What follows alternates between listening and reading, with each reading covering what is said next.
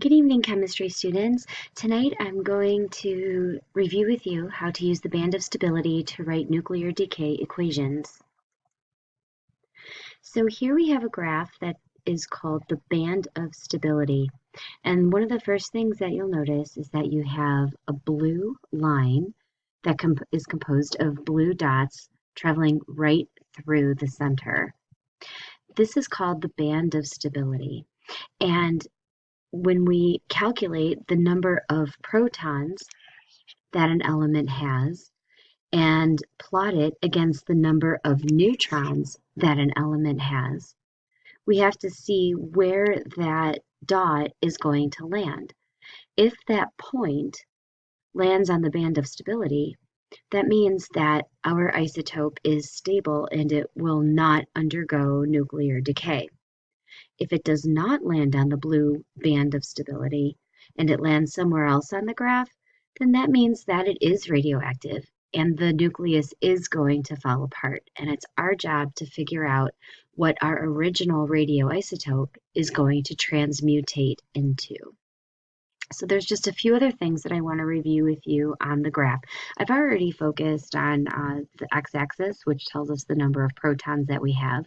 And I've also focused on the y-axis, which tells us the number of neutrons. But there's a couple of other symbols here that you need to know. For example, the fish-like symbol that is here at the top is an alpha particle. Recall that an alpha particle is simply a helium nucleus. And we can express that as 4/2 helium. B negative stands for a beta particle, and the nuclear symbol for a beta particle, which is an electron, is 0/-1e.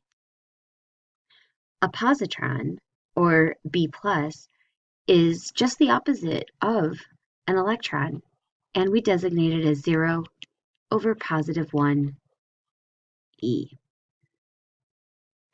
Finally, we have a red line running through the center of the graph as well, and you can see that it's labeled as n equals z. Well, n is our number of neutrons, and z is the number of protons.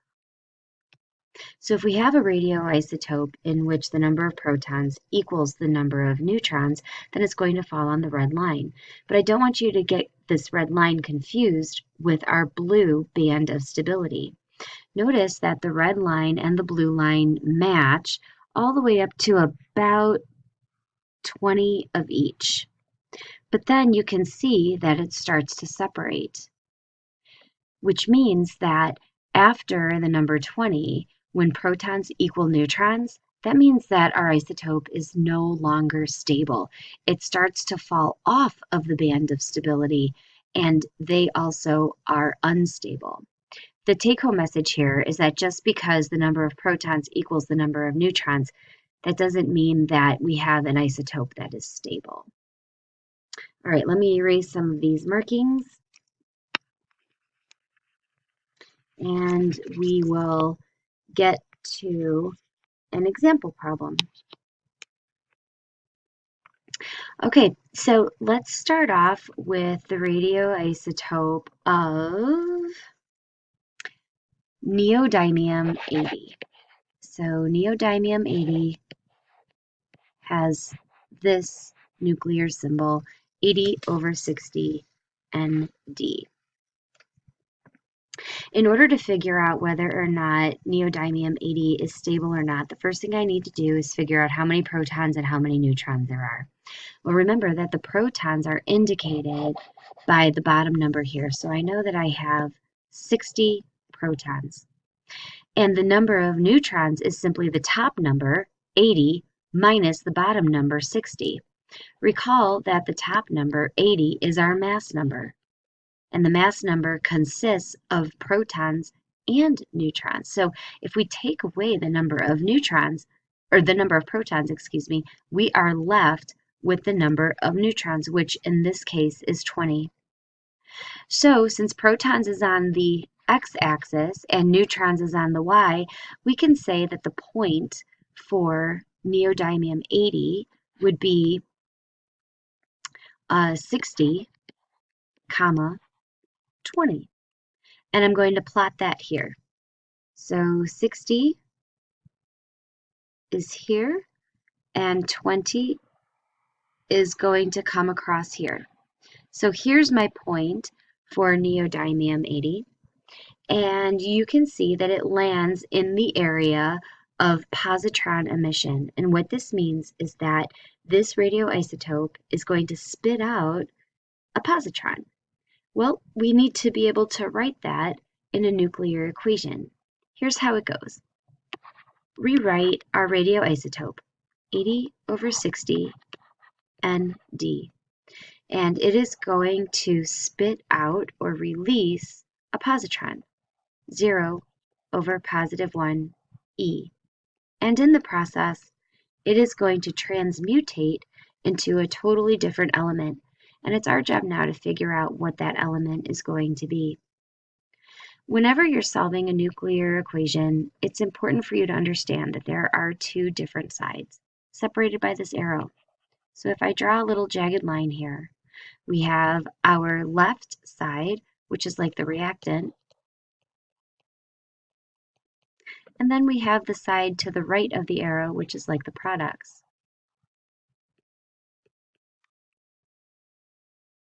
Now we have to account for all of the particles. We can't lose any. So our mass number on the left, or 80, must equal the sum of the mass numbers on the right.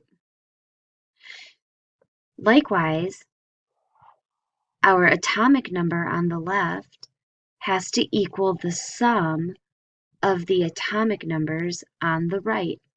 So we have to do a little bit of logical thinking here. Let's look at our top numbers first. Our mass number for neodymium-80 is 80. And then on the right side, we have a 0 for the mass number for the positron, and we need to figure out what number goes in our box for the new element that neodymium-80 transmutates into. Well, what number plus 0 gives me 80? The answer is 80, of course, so I'm going to write the number 80 in my box. I'm also going to erase the box because it's starting to get a little crowded there. Next, let's look at our atomic numbers. The atomic number for neodymium-80 is 60. And on the right side, I have plus 1. Well, we need to write a number that, when 1 is added to it, equals 60. So what number plus 1 equals 60? If you said 59, then you would be correct. So whatever this element is, it has a mass number of 80 and it has an atomic number of 59. To figure out that element, use your chem helper, your periodic table, to look up which element is atomic number 59. And I see that that symbol is PR, or praseodymium. So this is our final answer. Praseodymium-80 is what neodymium-80 transmutates into when it undergoes positron emission. Let's try one more example. Let's use the radioisotope uranium-238.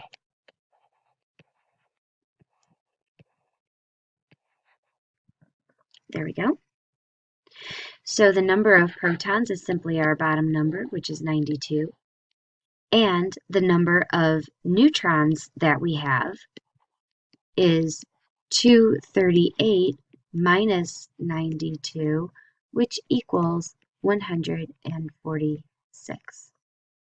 Now I have to plot the point on the graph to figure out whether it's stable or whether it's going to undergo some kind of nuclear decay.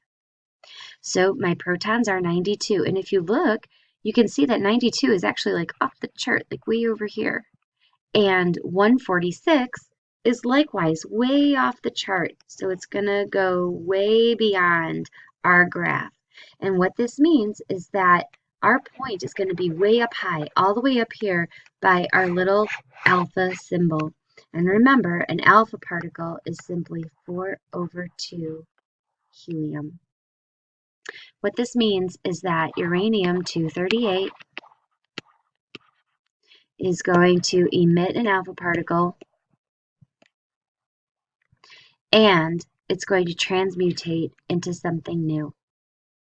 Once again, we have to apply the principles of balance. So on the left side of my arrow, I have the number 238. Well, what number plus 4 gives me 238? The answer is 234. Now, what number plus 2 gives me 92? That answer is 90. Now we have to figure out what the element symbol is. Use your periodic table to look up atomic number 90, and you will find that it is TH, or thorium. So this is our finished, balanced nuclear equation. I hope watching me work a couple of examples helps you out. And now you can give it a try on your own. Let's see what you make of potassium 38. Is it stable, or does it undergo some kind of nuclear decay? You be the judge. Good luck.